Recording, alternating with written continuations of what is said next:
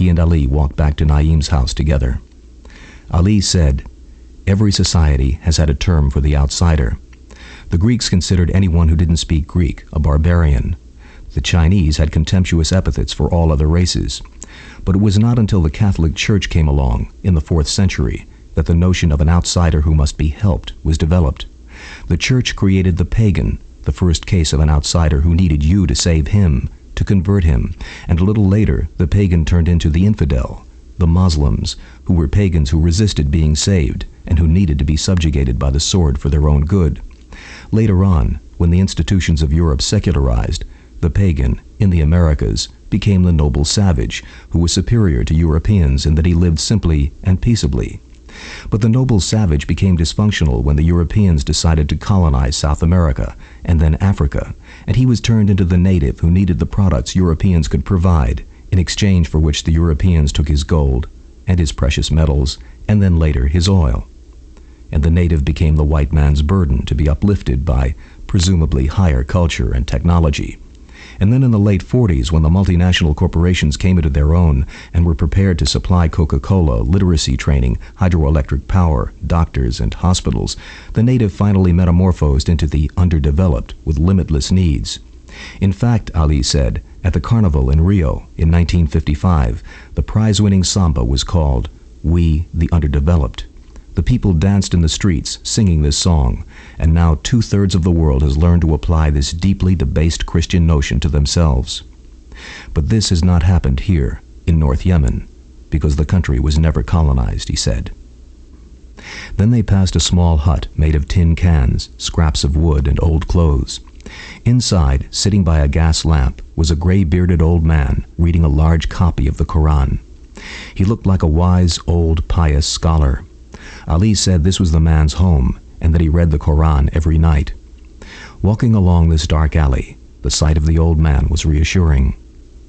That evening he said to Naeem, "Guess who I saw today?" "Who?" "Ali," he said. "He came into the Peacock, and we spent the afternoon talking.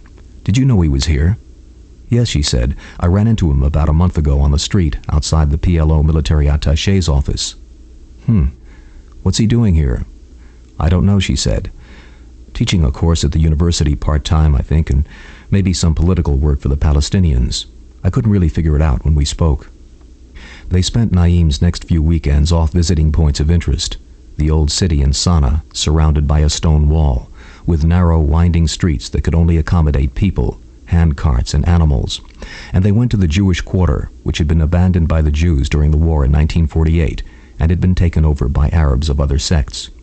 They visited the Wadi Dar, a valley where farmers cultivated grapes, olives, coffee beans, and, in connection with the AID project, were trying to grow bananas. But most of the farmers were raising khat, the most profitable crop in North Yemen. They drove down to Hodeidah, an old run-down port city on the Red Sea, where there seemed to be little happening, and they went back to Taz to view the Imam's favorite palace, which had been turned into a museum to show the people of North Yemen the corruption and ostentatious wealth of the Imam. But the government had failed to keep the museum up, and the place was dusty and smelled of mold, and every piece and article of value had been confiscated by officials, and nothing had been left but junk. An inscription described how the Imam, who'd apparently been a religious hypocrite, had smuggled alcohol into the palace in cologne bottles, which were on display. In a dungeon below, they looked at an old, decrepit lion who, according to a museum guard, had regularly fed on the Imam's political enemies. As the exotic value of being in North Yemen wore off, the overall sense he had was that the relationship with Naeem was more impossible than he'd imagined. He was glad he'd come to see her, an Arab in her own land, because it seemed to make everything clearer. But he was being in a way dishonest with himself, because he still felt love for her. 2 days before he left, they went to a Syrian restaurant. He said, "You know, it's funny. Being in this country, I feel even more Jewish than I did before." She looked angry. "Oh, really? Why is that?" "Well, it's just so hard to talk about." No, let's talk about it," she said. "Let's talk about this. What do you feel? Why did you come? Why did you come to see me?" "Well, I didn't know what I felt, and I wanted to see you in your own country. You told me once you were a child of two cultures, America and Yemen, and I knew how America had influenced you, but I didn't really know how North Yemen had contributed to your being who you are, and I thought if I came here I would understand you better." He was not really talking from the heart. When they went back to her room, they got into a violent argument. She'd seen halfway into the trip that he hadn't changed, and felt less for him. He'd always been insensitive to the things that meant a great deal to her. Then she referred to a letter he'd written before he'd come, in which he'd spoken of a Jewish couple he knew who'd lost their child, who'd had to be aborted because it had been determined it would be horribly deformed, the result of a Jewish recessive gene, a rare genetic problem among Jews, and that the woman had been in her 30s, and they'd been very upset, and how he'd then begun to think, for the first time, of having children himself, and he remembered that he'd been emotionally dishonest in the letter, because he'd known what kind of effect it would have on her, that it suggested he might be changing, that he might want to settle down after all, and he'd used the letter as a lure to keep her, trying in a vague, coded way to suggest he might marry her. And she brought up the letter and said, "You don't know how much that letter upset me. How could you be so insensitive? You know how old I am. You know how much children mean to me." She apparently thought he'd meant that if they had children, somehow they might be doomed by this Jewish genetic disease. And he thought, "This relationship is impossible. We're not on the same wavelength at all. She gets the opposite idea than the one I'm trying to convey." "That wasn't what I meant," he said, and tried to explain. And she said, "I've had it. I'm tired. I've given you everything, and I've got nothing. I left, I came back, I left again, you came here, and nothing's happened, and I have nothing more to give. I'm exhausted, and I don't want to think about this anymore. I thought there was a ray of hope, but I was wrong." The next evening, 2 days before his return trip home, they had dinner with Ali and some friends. At the end of the meal, Ali asked him if he would do him a favor, hand-deliver a manila envelope to his uncle in America. Ali didn't want to send it through the Yemeni postal service, which was notoriously unreliable, because it involved some legal papers his uncle needed. The whole thing was too complicated and boring to explain. He said he would, and Ali handed him the envelope.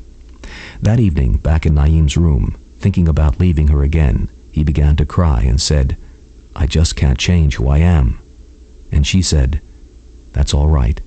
That's why I fell in love with you, because you're who you are, and I don't want you to change." And there was a sense of resignation, of it ending amicably because they'd run out of gas. What more could they do? It had become repetitious. They drove to the airport. When he was about to leave her and board the plane, he couldn't touch her. His eyes filled with tears, and he said, "I never meant to cause you pain by my indecision.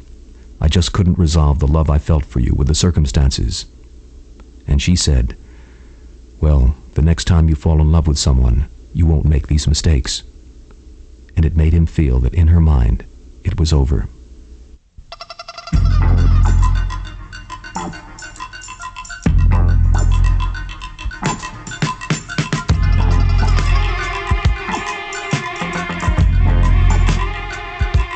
He carried Ali's sealed envelope in the breast pocket of his jacket, and during the flight back, he began to shiver and sweat and became violently ill and threw up into one of the comfort bags, as they're called, and a stewardess moved him to the rear of the plane where he could be alone, and she covered him with a blanket.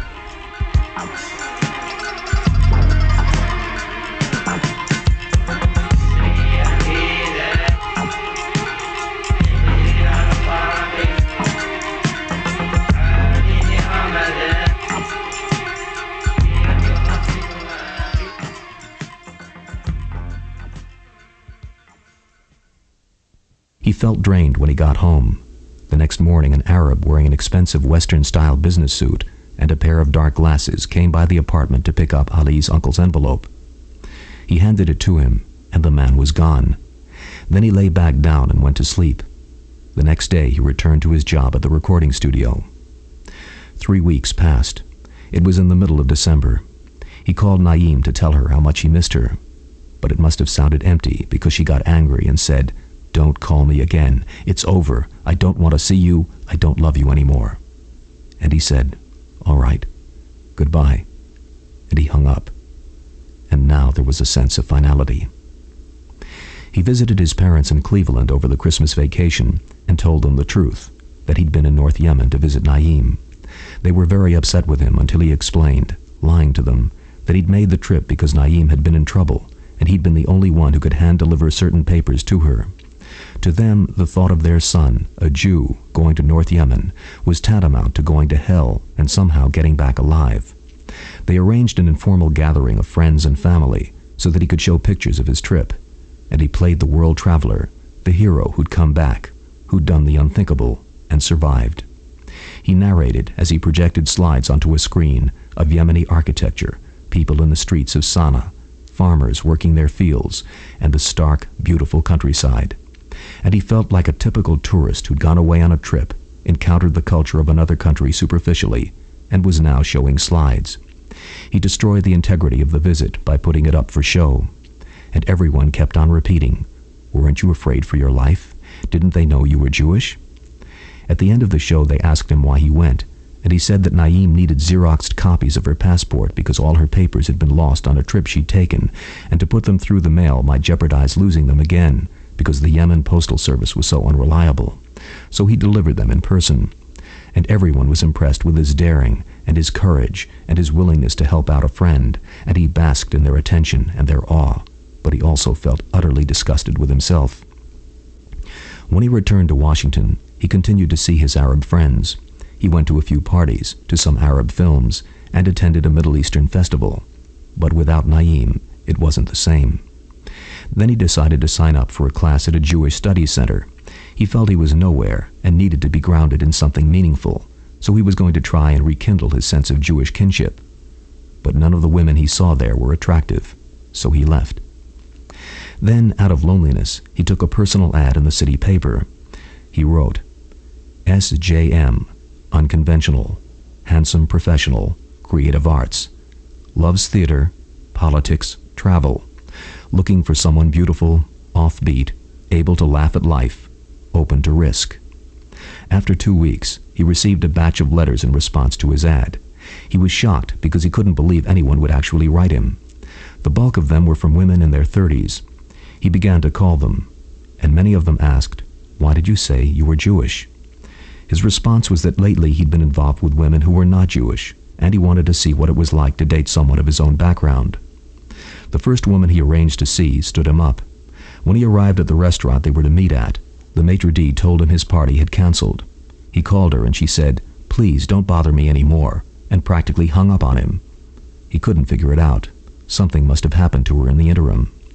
The next woman he tried was a therapist. This is what she wrote in her letter to him.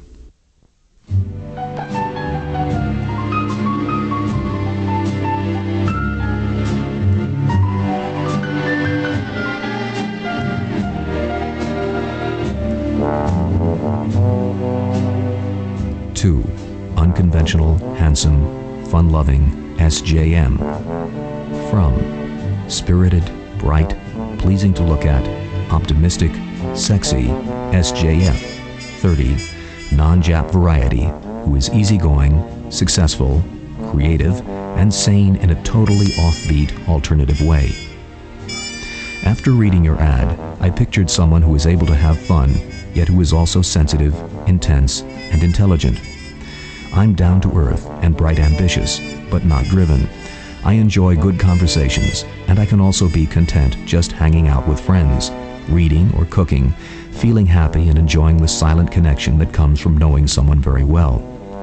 My work is important to me. I'm a psychotherapist in private practice. I also write. Yet I put it all in perspective, and I have plenty of energy for myself and friends. I definitely like to have a good time, to go dancing, to museums, listen to music, see films, travel, etc. I have just enough romance in my soul to keep things passionate and lively, and enough common sense to know how to make things work. I'm looking for someone different enough from me to be interesting and exciting, and similar enough to offer genuine compatibility. Your ad sparked my interest. I'd like to get together. I think we might have some good energy to share. Stacy. She wrote her telephone number down, and then, P.S. I'm definitely attractive, slim, with dark red hair, no freckles, brown eyes, and a great warm smile.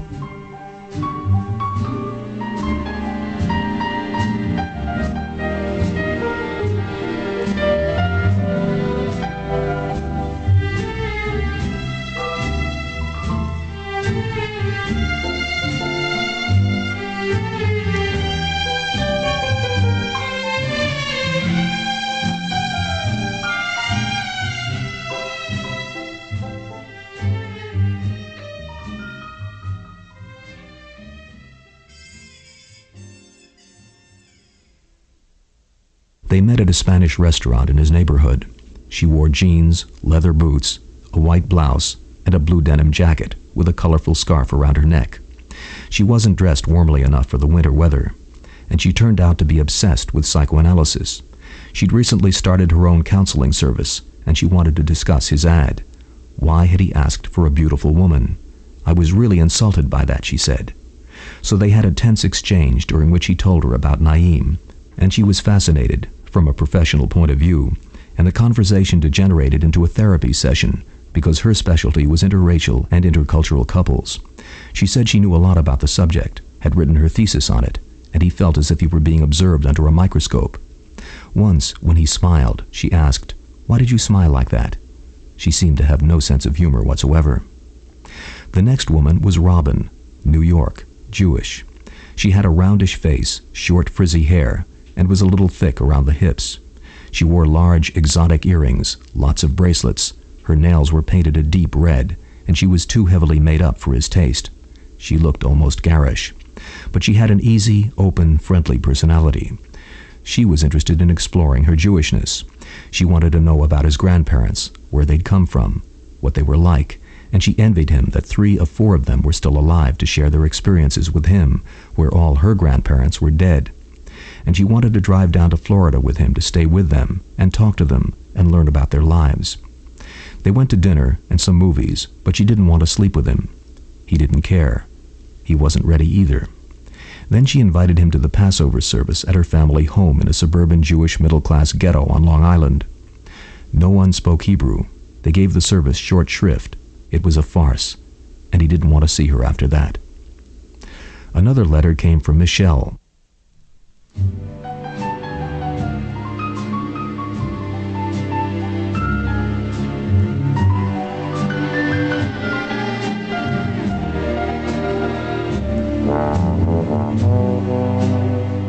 Dear Sir, not so vital statistics. 5'6", SJF, 30, blonde, rotten eyesight, great visions, obsessions, Paris, Provence, Mediterranean cities, Miles Davis in the 50s, early 60s, Brazilian jazz clubs, Islamic calligraphy and architecture, Japanese prints, Royal Shakespeare Company, Robert Musil, old French films, city streets at all hours, Vietnamese food, good conversation, occasional revelations, pet peeves, suburban life, alcoholics, television. If you think we might get along, call me.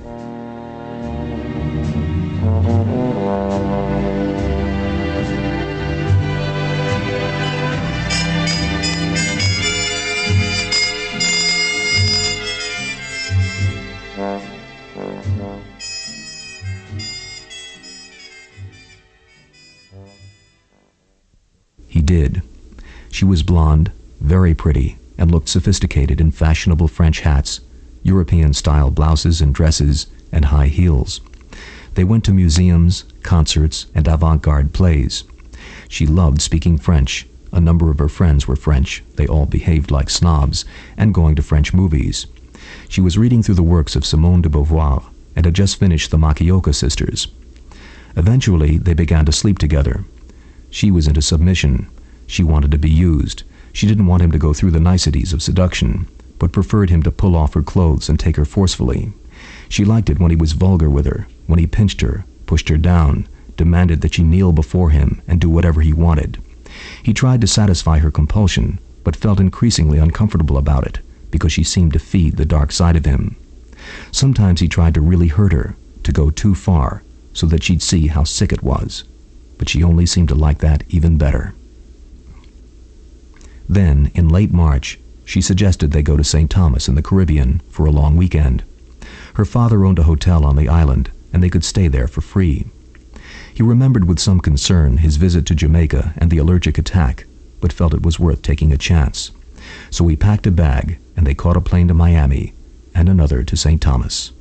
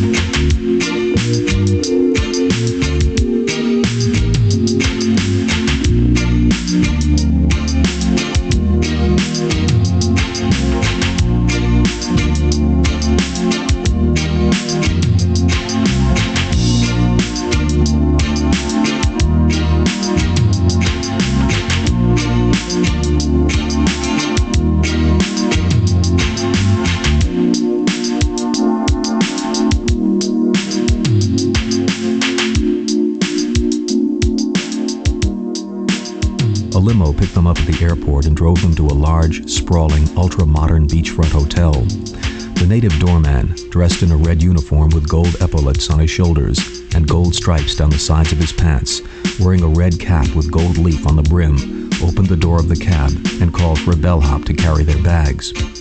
They walked through a pair of towering glass doors with brass fittings into an elegantly furnished lobby, a huge chandelier like a frozen glass explosion hanging from the vaulted ceiling.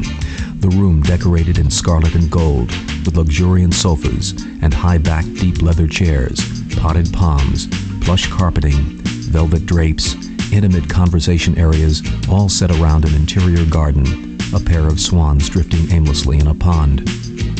They walked up a winding marble staircase to the mezzanine and strolled down an international arcade of colorful shops, cafes, jewelry stores, and boutiques. They looked into a vast dining room, rows of tables draped in white linen and set with silver, fresh flowers in vases. As they rode the elevator to their floor, she told them the hotel also had an Olympic-sized pool, a sauna, a jacuzzi, tennis courts, a 9-hole golf course, and the most beautiful palm-fringed beach on the island, not to mention a pub, a nightclub, and an outdoor beachfront bar called the Lido, where people came to talk and drink and dance under the stars. Their adjoining rooms, she didn't want to share the same room with him for the sake of appearances, had color TVs, 4 channels of music, king-size beds, and windows overlooking the ocean. That night, he found himself sitting at the bar of the Lido, listening to a reggae calypso band and looking at people talking and dancing, and at the waves rolling up the coast in the moonlight. When the band took a break, Michel, who knew some of the musicians, walked over and sat down at their table. He watched them talking and laughing, and he struck up a conversation with a bartender, an old, bald West Indian with patches of gray wool above his ears. He busily mixed drinks, his large, tough-skinned hands working feverishly. Then he'd shake a cocktail mixer like a maraca player. He held it by the side of his head, as if listening attentively. It sounded as if it was filled with pebbles and seawater. He told him that St. Thomas had once been a haven for pirates, Bluebeard, Blackbeard, and John Teach, among others, who'd made such great fortunes in gold and in holding people for ransom that their descendants had gone into real estate and mining and banking. Sephardic Jews had served as their advisors, as well as many other businesses, not to mention serving in the government and in the church, and that they now represented the oldest, wealthiest, most respected families on the island. Then he smiled, showing a row of gold-capped teeth. The next day they drove into town, parked, and walked through the narrow streets jammed with crowds of tourists and American naval seamen on leave who filed in and out of stores and restaurants, accosted by shoeshine boys, beggars, people selling perfumes, watches, and jewelry, the street crowded with cabs, bicycles, motor scooters, and old broken-down buses. They walked down to the harbor where yachts and fishing boats were docked and a freighter was being unloaded, and where he could